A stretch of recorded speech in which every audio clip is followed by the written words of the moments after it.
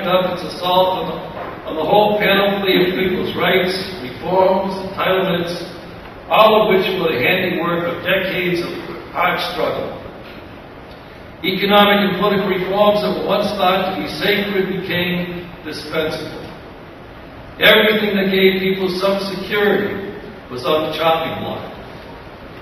Job opportunities, pensions, public health, health care, civil rights, voting rights, reproductive rights, labor rights, welfare relief, gay rights, immigrant rights, child care, retirement security, and much more became fair game for the butchers in the White House and Congress.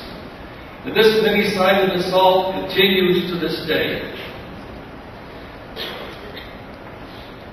What Reagan began a quarter century ago, Bush and his gang are continuing with a vengeance that even the oldest veterans, and there are many of them gathered in this hall, have not seen in their lifetimes. And the administration's war plan is clear.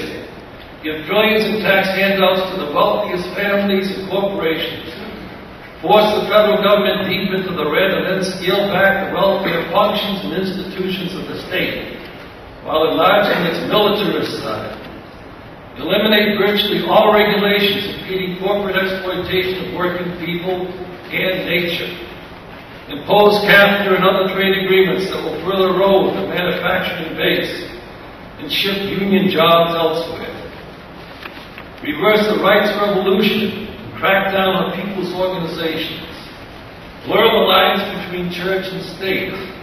Substitute crackpot speculation for science.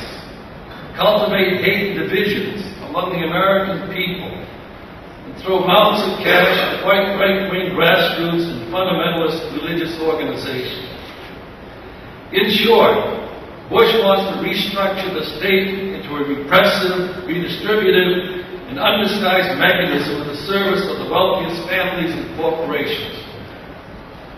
Are we going to allow him to steal from the mouths of children in order to feed the leeches at Halliburton in the Pentagon? Are we going to allow Bush to tell Detroit, Gary, Youngstown, and Bridgeport, cities already reeling from plant closures and mass layoffs, to drop dead while government builds ever more powerful weapons of mass destruction? Are we going to allow Bush to turn his back on the young men and women returning from Iraq, while he empties the federal treasury from the bank accounts of the wealthy whose sons and daughters are saved from the horror of war? No! I can say it. While this war against the people is organized out of the White House, it is accompanied and reinforced by savage attacks at lower levels of government and in the collective bargaining arena. Is anything more emblematic of the times in which we live than the decisions of United Airlines to terminate the pension plans of its workers, and GM's decision to lay off another 22,000 workers, and its threat to scale back pension and health care benefits for its entire workforce?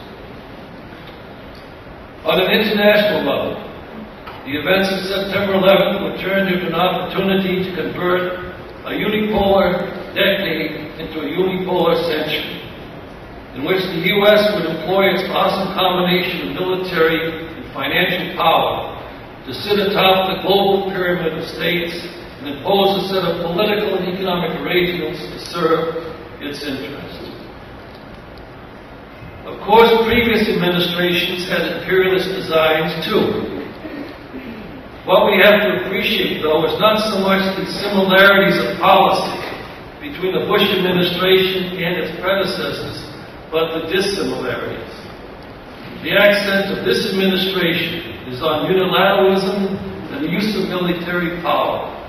It scoffs at the hesitancy of early administrations to employ such power. Thus, 9/11 was a magic moment that allowed the Bush administration to turn its wishes and ambitions into an operational plan.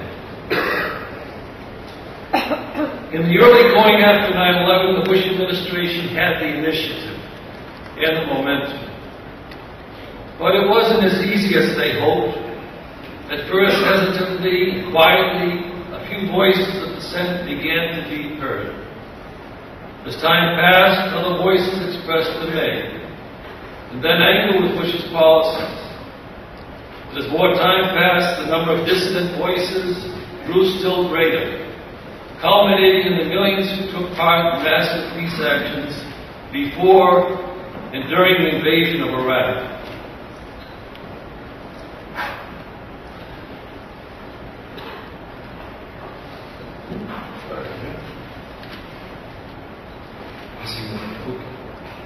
These actions in cities across the country, not to mention the actions at a global level, where from the very start hundreds of millions vehemently opposed Bush's policies, punctured the bubble of legitimacy and fear that immuted dissent to the so-called war on terror.